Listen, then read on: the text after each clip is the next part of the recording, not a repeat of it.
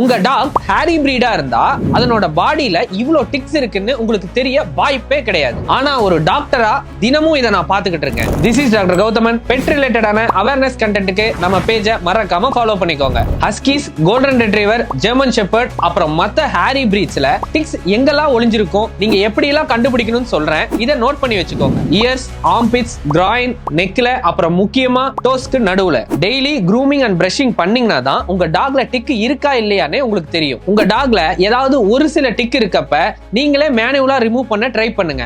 ஆனா அந்த டிக்க நசுக்காதீங்க. ஏதாவது ஷார்ப்பான ஆப்ஜெக்ட் வச்சு எடுக்காதீங்க. ஏன்னா அது உங்க டாகுக்கு இன்ஜுரி ஏற்படுத்தும். நிறைய டிக்ஸ் இருந்தா முதல்ல உங்க டாக்டர்கிட்ட கூட்டிட்டு போயிருங்க. அவங்க பெஸ்ட் கோர்ஸ் ஆஃப் ட்ரீட்மெண்ட் சொல்லுவாங்க. நல்லா ஞாபகம் வச்சுக்கோங்க. ஒரு டிக் இருந்தாலும் சரி, நிறைய டிக்ஸ் இருந்தாலும் சரி, ஏதாவது ஒரு இன்ஃபெக்டட் டிக் உங்க பெட்டை கடிச்சாலும் டிக் ஃபீவர் வர்றதுக்கு நிறைய சான்ஸ் இருக்கு. இதுக்கு மேலயும் டிக்ஸ பத்தியும் டிக் ஃபீவரை பத்தியும் உங்களுக்கு ஏதாவது தெரிஞ்சுக்கணும், எனக்கு டிக்ஸ்னு DM பண்ணுங்க.